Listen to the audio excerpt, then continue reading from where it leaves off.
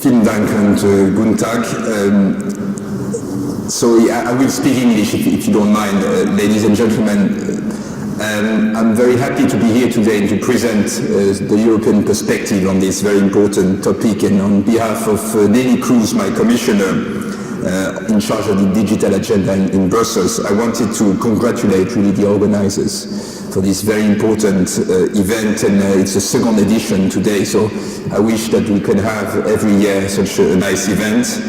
And also I think we should congratulate the city of Berlin, because I should tell you that it's becoming really now the European Hauptstadt for internet and for web entrepreneurs. I was here already not so long ago with Commissioner Kroes for the Republica event. We are coming back end of August for the campus party, and really I think that a lot of buzz is around Berlin at the moment, and not only in Europe but also in the US, where people from California are saying, okay, it's here that it's happening.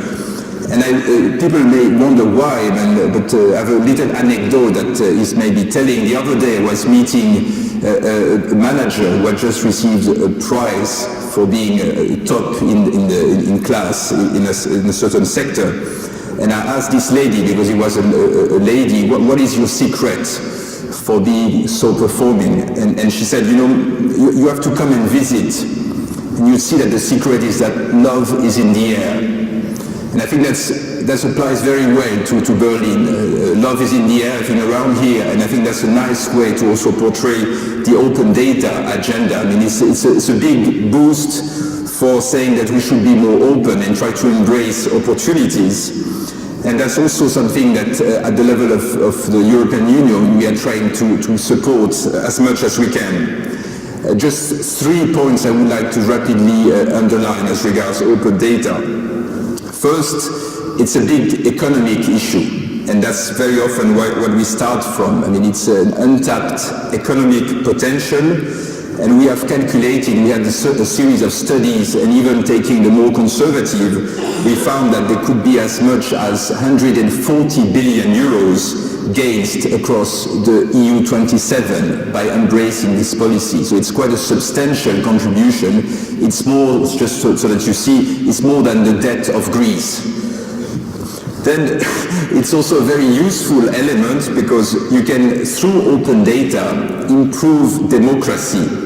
Open data is about direct participation of citizens in public affairs. In a way, it's about transparency, it's about accountability, all important things that we should support. Thirdly, open data is about also administrative efficiency, and I was very happy to listen to everything that is happening in Berlin and in the region here about this. It's a wonderful opportunity also for public administrations to modernize and to embrace e-government and digital technology. Again, just a number so that you realize, only by adopting e-procurement, meaning using digital ways of procuring, governments in Europe and local municipalities could save as much as 50 billion euros. So it's not insignificant if you go digital.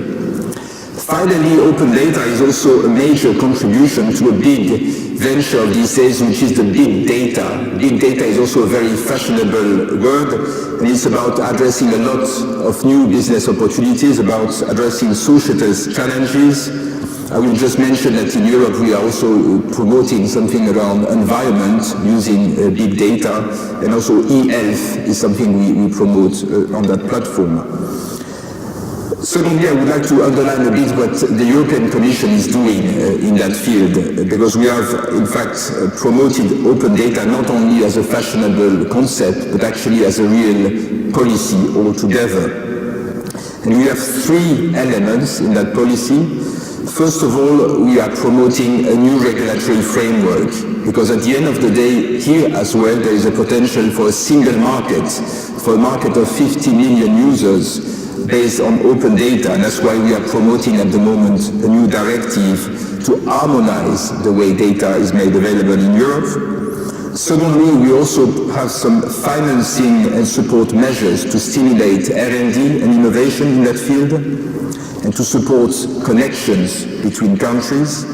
And thirdly, we are also trying to support experience sharing between member states. So just let me go a bit more in detail on these 3 policy areas. And first of all, I should say that the European Commission is also practicing what it preaches, because we also, for our own data, are applying an open data policy. And we are quite proud of saying that we are, in a way, providing it for free. We have a new public approach also about the way our license is formulated about the European Commission's data. And we have a task force that is trying to increase the volume of data that we provide.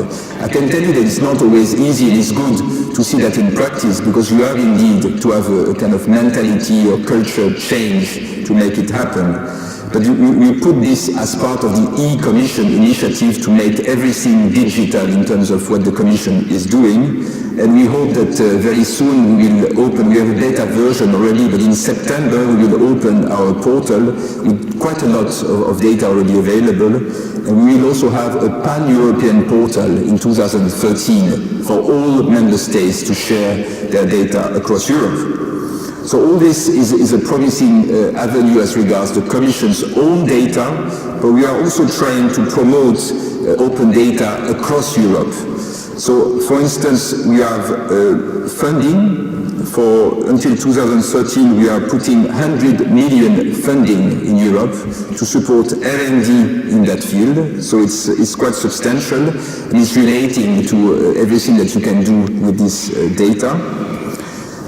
We are also, and I think that's what I would like them to focus on, lastly, we are trying to promote not only coordination between member states, but also new regulation. As regards coordination, there is a group which is called the PSI group, which met recently in Amsterdam, where we try to gather experience and best practices from all member states about how to set up a portal, about how to formulate internal protocols to feed this portal, and about how you share the metadata, for instance. So all this is technical but very useful, and some member states which are not as advanced as Berlin or as Germany are very much appreciating this. Then we have other networks also, like the LAPSI network for research and stakeholders. And we have also other elements where we try to support also private networks and the use of open data to create applications and new business ventures. Let me just say a few words on the proposal for a new directive as regards public sector information, because it is at the moment a very hot topic in Brussels. And I must say that we are facing some resistance from member states. So here again, I hope that this community can be receptive to what we are trying to do. First of all, we are trying to create a genuine market across Europe for open data by, in a way, changing the rule of the game. Today, open data or public service information is only available if the governments are really willing to do so. So it requires really goodwill from governments. We want to change this. We want to have reusable data by default.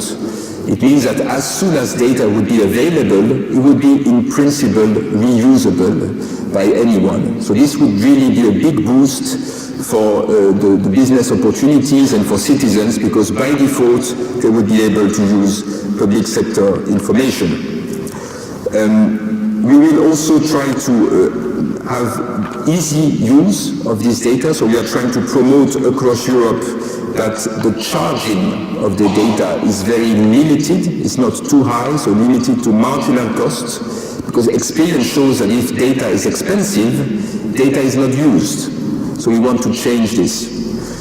And then we also want to expand the scope of the public sector information by also including cultural institutions. So there you need to be a bit prudent, because museums, archives and libraries have also valuable information that they don't produce, but they just have, they just own. So here we are a bit more prudent in the sense that it's not automatically that there will be commercial usability, but nevertheless we find that it will be a very nice add-on to be able to have not only numbers, but also, for instance, pictures from the best museums in Europe to add with it, or cultural content with whom we could build very interesting applications. So just let me conclude to tell you that open data is a wonderful idea, it's a great concept, it's something that people get very enthusiastic about, but at the same time we are facing some difficulties convincing member states at this moment in time that they need to do more to open these new ventures for business and for their citizens. The reason I think is relatively simple is that if you give it for free, they are afraid that they will not be able to finance their state bureaucracy in a way. And there is a lot of resistance of people who say, I give this data, it's mine, I don't really want to share it with everybody.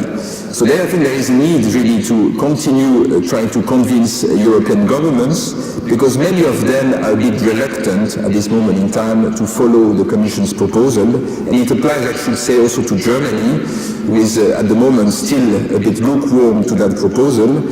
So again, I mean, I'm just making a plea here to go on and convince them, because at the end of the day, open data is really a kind of a gold mine. It's something that we have paid for through our taxpayers' money, something that is available, something that can not only change the way public administration is conducted, but just provide a very useful resources for innovation and for citizen participation. So I can assure you that Neelie Kroes, my commissioner, is very committed to this agenda. She's very supportive of this event today, and she will be very happy to come back in August to Berlin to also celebrate web entrepreneurship in this city. Thank you very much.